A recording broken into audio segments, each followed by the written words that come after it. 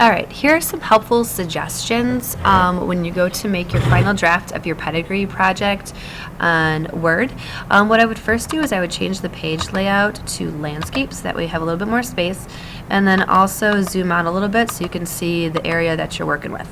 The first thing you're going to want to do is insert shapes, specifically circles and squares. Depending on what you have in your rough draft, if you need, for example, 4 circles, what you can do is copy and paste 4 circles. You can either right click or you can do Control C to copy and then Control V however many number of times you need circles. If you don't want the circle to be filled in, you go to Shape Fill and you click No Fill. You'll need to insert squares the same way.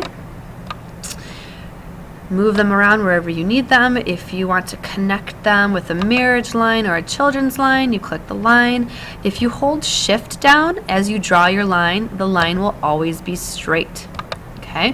When you want to insert your genotypes or your individual numbers or your generation numbers, you go to Insert and then Text Box, and then you type in your genotype. I would resize the text box, drag it to where you want it to go.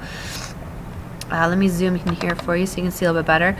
I would click the edge and then go to Shape Outline and do No Outline, so that way you don't have a box around it when you're done. You could also just put your individual number in there as well. Let's say you wanted this to be 2 little b's. Be careful that Word might do an autocorrect and automatically capitalize that B, so always double check that the genotypes are what you meant to have in there. When you go to insert your generation numbers, you're going to be using capital I's.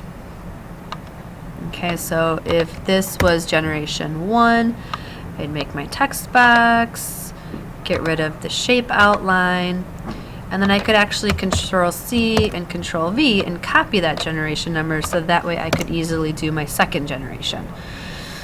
When you're done, don't forget to make sure you have a key. Don't forget to make sure you put like a little title on there, put your name, and then if you want extra credit, insert some of your family pictures.